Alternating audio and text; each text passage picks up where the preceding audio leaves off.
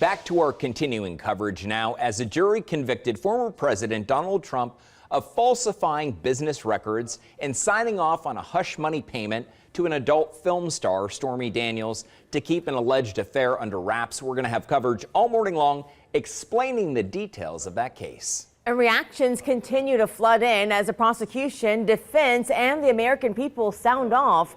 Lee Waldman is in New York with more. Silence in the courtroom from former President Donald Trump and his team as each of those 34 counts of guilty were read aloud. Reporters inside the courtroom noting his face was red as he turned to leave. Moments later, Trump addressed the media, repeating his refrain of a rigged trial and a conflicted corrupt judge in Juan Merchan while providing no evidence for his claims. Our whole country is being rigged right now. This was done by the Biden administration in order to wound or hurt an opponent, a political opponent. Outside of Trump Tower,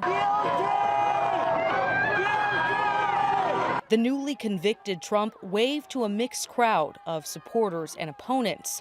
Manhattan District Attorney Alvin Bragg praised the jury for their work on this case. We have the most important voice of all, and that's the voice of the jurors. They have spoken. Donald J. Trump has been convicted of 34 counts of falsifying business records. All of this stemming from Trump's efforts to cover up a hush money payment to adult film star Stormy Daniels ahead of the 2016 presidential election. Trump has continually denied the payment and any affair with Daniels.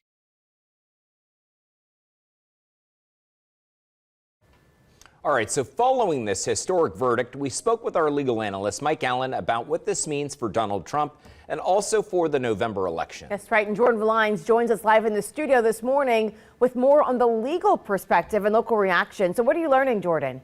So Trump, he will be on the ballot this coming November, but even if he is reelected, Fox 19 Now legal analyst Mike Allen says there's really not much that Trump can do about the guilty verdict.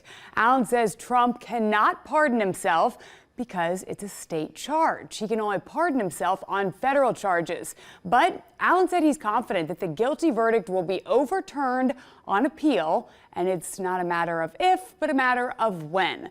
But that can certainly take some time, as Trump's defense team, they will not be able to appeal the verdict until after the sentencing, which is scheduled and set for July 11th. That is just 4 days before the Republican National Convention is set to begin in Milwaukee, where he will officially become the GOP's presidential nominee. And with the presidential election less than 6 months away, Mike Allen says it's difficult to determine exactly how the guilty verdict will impact the election. Take a listen. His base is very solid. I mean, his job is, just like Joe Biden's is to lure the independent voters, and we'll have to see on that.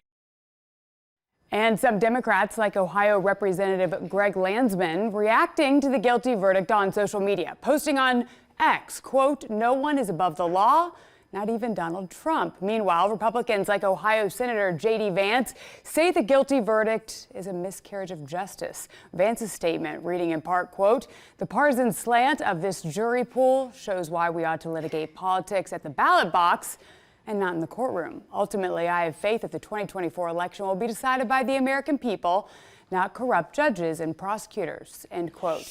Trump is expected to deliver remarks later this morning in New York. For now, reporting here in studio, Jordan Valines, Fox 19 Now. Thank you. Of course, we're going to follow this story as it develops right here on fox19.com and also on our free mobile news app.